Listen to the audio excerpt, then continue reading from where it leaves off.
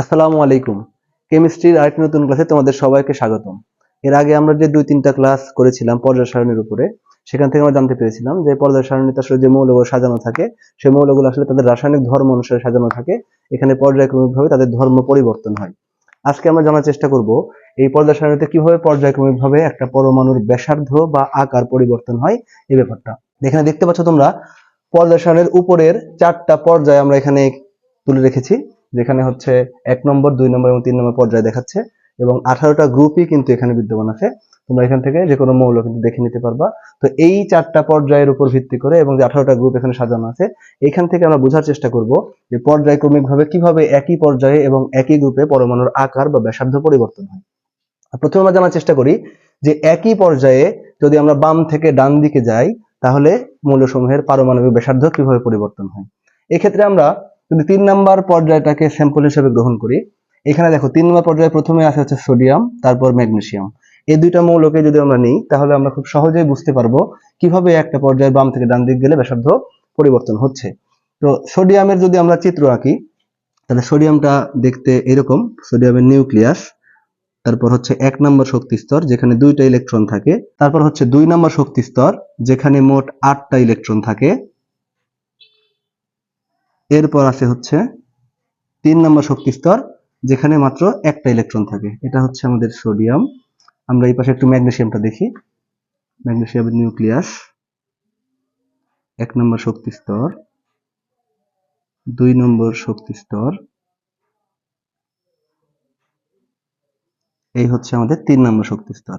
তো ম্যাগনেসিয়ামের ক্ষেত্রে যেহেতু ইলেকট্রন এর মোট 12টা, তাহলে 2 নম্বর শক্তি স্তরে ইলেকট্রন থাকে হচ্ছে 2টা। দুই পাশে 2টা দেওয়া হলো। এটা হচ্ছে ম্যাগনেসিয়াম পরমাণু। তো আমি যদি এক কথায় উত্তরটা বলি যে এখানে সোডিয়াম এবং ম্যাগনেসিয়ামের মধ্যে কার আকার বড় কার আকার ছোট, তাহলে উত্তর হবে সোডিয়াম আকারে বড় এবং ম্যাগনেসিয়াম ছোট। একইভাবে যত আমরা ডান দিকে যাব, অ্যালুমিনিয়াম, সিলিকন, ফসফরাস আস্তে আস্তে আকার ছোট হতে থাকবে। তো কেন হয় এই জিনিসটা আমরা এখান থেকে খুব ভালো মতো ব্যাখ্যা করতে পারবো। খেয়াল করে দেখো, সোডিয়ামের পারমাণবিক সংখ্যা 11, অর্থাৎ এর নিউক্লিয়াসের মধ্যে মোট প্রোটন সংখ্যা হচ্ছে 11টা, আর বাইরে যে শক্তি স্তর আছে 3টা শক্তি স্তর মিলে মোট ইলেকট্রন আছে হচ্ছে 11টা। এখন সোডিয়ামের শেষ শক্তি স্তরে ইলেকট্রন আছে হচ্ছে একটা। ম্যাগনেসিয়ামের বেলায় যদি আমরা খেয়াল করি, ম্যাগনেসিয়ামের পারমাণবিক সংখ্যা 12, অর্থাৎ নিউক্লিয়াসে মোট প্রোটন সংখ্যা হচ্ছে 12টি, এবং বাইরে মোট ইলেকট্রন সংখ্যা হচ্ছে এর 3টা শক্তি স্তর মিলিয়ে 12টি, এবং সর্ববহিস্থ শক্তি স্তর ইলেকট্রন আছে হচ্ছে এখানে 2টি। আমি একটু চিহ্নিত করে দিই, এই 2টা হচ্ছে ম্যাগনেসিয়ামের সর্ববহিস্থ শক্তি স্তরের ইলেকট্রন, একইভাবে সোডিয়ামে এই একটা সর্ববহিস্থ শক্তি স্তরের ইলেকট্রন। আমরা জানি প্রোটন এবং ইলেকট্রন পরস্পরের বিপরীত চার্জ বহন করে। প্রোটন হচ্ছে প্লাস এবং ইলেকট্রন মাইনাস। তো প্লাস এবং মাইনাস পরস্পরকে আকর্ষণ করে। এই ক্ষেত্রে সোডিয়ামের নিউক্লিয়াসের মধ্যে যে 11টা প্রোটন আছে, এই 11টা প্রোটনই কিন্তু এর বাইরে যে মোট 11টা ইলেকট্রন ঘুরছে সবাইকে আকর্ষণ করছে। একইভাবে ম্যাগনেসিয়ামের 12টা প্রোটন প্রত্যেকটা ইলেকট্রনকে আকর্ষণ করছে। তো এই ক্ষেত্রে যে সিমিলারিটি দেখা যাচ্ছে সেটা হচ্ছে সোডিয়াম এবং ম্যাগনেসিয়ামের প্রথম দুইটা কক্ষপথে ইলেকট্রন সংখ্যা একদম সমান এবং একইভাবে বিন্যস্ত। তার মানে এই ব্যাপারটা কিন্তু এখানে কোনো প্রভাব ফেলতে পারবে না। তবে যদি আমরা সর্ববহিস্থ শক্তি স্তরের দিকে খেয়াল করি, সোডিয়ামের ক্ষেত্রে ইলেকট্রন আছে একটা, ম্যাগনেসিয়ামের আছে 2টা। তাহলে আমরা জানতাম চার্জের পরিমাণ যদি বাড়ে তাহলে কিন্তু আকর্ষণের পরিমাণও বাড়ে।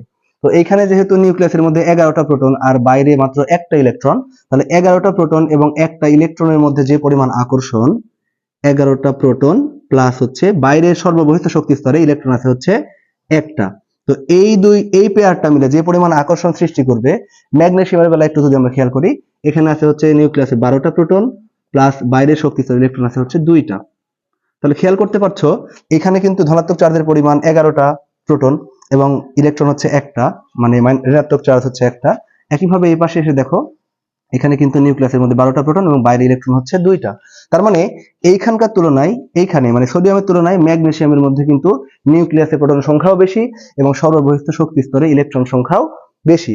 তাহলে যদি চার্জের পরিমাণ বেশি হয় তাহলে সেই ক্ষেত্রে আকর্ষণ বেশি হবে। তো আকর্ষণ যখন বেশি হয় তখন কি হবে, তখন এই নিউক্লিয়াসটা যেহেতু ইলেকট্রনকে আকর্ষণ করছে, ইলেকট্রনটা নিউক্লিয়াসের দিকে কিছুটা ঝুঁকে পড়বে, যার ফলে এই শক্তি স্তরটা সর্ববহিস্থ যে শক্তি স্তরটা সেটা কিছু পরিমাণ সংকুচিত হবে। সোডিয়ামের ক্ষেত্রেও হবে, ম্যাগনেসিয়ামের ক্ষেত্রে এই ঘটনাটা ঘটবে। কিন্তু খেয়াল করো, সোডিয়ামের ক্ষেত্রে যেহেতু তুলনামূলকভাবে আকর্ষণ কম এবং ম্যাগনেসিয়ামের ক্ষেত্রে চার্জ বেশি হওয়ার কারণে যেহেতু আকর্ষণ বেশি, এই ক্ষেত্রে সংকোচনটা বেশি হয়। তাহলে এখানে সংকোচন কম, এখানে সংকোচন বেশি। সর্ববহিস্থ শক্তি স্তরে সংকোচন বোঝাচ্ছি আমি অবশ্যই। তাহলে যেহেতু এখানে সংকোচনটা কম হচ্ছে, তুলনামূলকভাবে আকারটা বড় থাকবে, আর এখানে যে সংকোচনটা বেশি হচ্ছে এই কারণে আকারটা ছোট হবে। তাহলে আমরা বলতে পারি সোডিয়ামটার আকার বড় আর ম্যাগনেসিয়ামের আকার হচ্ছে ছোট। একইভাবে যদি আমরা আরো ডান দিকে যাই, অ্যালুমিনিয়ামের ইলেকট্রন বিন্যাস যদি আমরা এভাবে করি, তাহলে অ্যালুমিনিয়ামের ক্ষেত্রে দেখা যাবে নিউক্লিয়াসে 13টা প্রোটন, বাইরে শক্তি স্তরে ইলেকট্রন সংখ্যা হচ্ছে 3টা। তাহলে সেই ক্ষেত্রে আকর্ষণ আরো বেশি হবে, সংকোচন আরো বেশি হবে, যার ফলে আকার আরো ছোট হয়ে আসবে। এভাবে যত ডান দিকে যাওয়া যাবে আস্তে আস্তে সর্ববহিস্থ শক্তি স্তরে ইলেকট্রন সংখ্যা বাড়বে এবং আকর্ষণটা বাড়বে, সংকোচন বেশি হবে। এখানে একটা কথা বলে রাখা দরকার, সেটা হচ্ছে এই 3 নম্বর পর্যায়ে যতগুলো মৌল আছে প্রত্যেকটা মৌলের কিন্তু মোট শক্তি স্তর সংখ্যা হচ্ছে 3টা। তাহলে আমরা বুঝতে পারছি একই পর্যায়ে বাম থেকে ডান দিক গেলে শক্তি স্তর সংখ্যা কিন্তু পরিবর্তন হয় না। 3 নম্বর পর্যায়ের জন্য শক্তি স্তর সংখ্যা 3টা, 4 নম্বর পর্যায়ে যদি আমরা আসতাম তাহলে শক্তি স্তর সংখ্যা 4টা। সেক্ষেত্রে আমরা দেখতে পাচ্ছি যে একই পর্যায়ে শক্তি স্তর সংখ্যার কোনো পরিবর্তন হয় না, কিন্তু সর্ববহিস্থ শক্তি স্তরে ইলেকট্রন সংখ্যা পরিবর্তন হয় এবং বাম থেকে ডান দিক গেলে আস্তে আস্তে ইলেকট্রন সংখ্যা বাড়ে, যার ফলে আকর্ষণ বেশি হয় এবং সংকোচনও বেশি হয়, এবং সংকোচন বেশি হওয়া মানেই হচ্ছে আকার ছোট হয়ে আসা। এটা ছিল হচ্ছে একই পর্যায়ের ক্ষেত্রে, অর্থাৎ আমরা এক কথাই বলতে পারি একই পর্যায়ে বাম থেকে ডান দিক গেলে পারমাণবিক ব্যাসার্ধ বা আকার ছোট হয়ে আসে। তো এখন আমরা বোঝার চেষ্টা করব একই গ্রুপের যদি আমরা উপর থেকে নিচ দিকে আসি তাহলে কি হবে। তো আগের বার যেহেতু আমরা বাম দিক থেকে সোডিয়াম এবং ম্যাগনেসিয়াম নিয়েছিলাম, এবার আমরা একটু ডান দিকে আসতে পারি তোমাদের বোঝার সুবিধার্থে যে সব ক্ষেত্রে একই ঘটনা ঘটছে কিনা। তো আমরা যদি একটু ডান পাশে আসি গ্রুপের বেলায়, তাহলে ধরো 16 নম্বর গ্রুপ আমরা সিলেক্ট করলাম। এখানে দেখো 16 নম্বর গ্রুপের উপরে আছে অক্সিজেন, তার নিচে আছে সালফার। এই দুটার আকার আমরা একটু কম্পেয়ার করার চেষ্টা করব। তো আমরা যদি অক্সিজেনের চিত্র আঁকি, তাহলে অক্সিজেনের নিউক্লিয়াস, তার বাইরের শক্তি স্তরে প্রথম শক্তি স্তরে 2টা ইলেকট্রন এবং তার বাইরে 2 নম্বর শক্তি স্তরে ইলেকট্রন সংখ্যা হচ্ছে মোট 6টা। এই হচ্ছে অক্সিজেনের ইলেকট্রন বিন্যাস, কারণ অক্সিজেনের পারমাণবিক সংখ্যা হচ্ছে 8। ওকে, এটা হচ্ছে আমাদের অক্সিজেন পরমাণু। একইভাবে সালফার আমরা দেখি, এটা হচ্ছে 1 নম্বর শক্তি স্তর, 2টা ইলেকট্রন।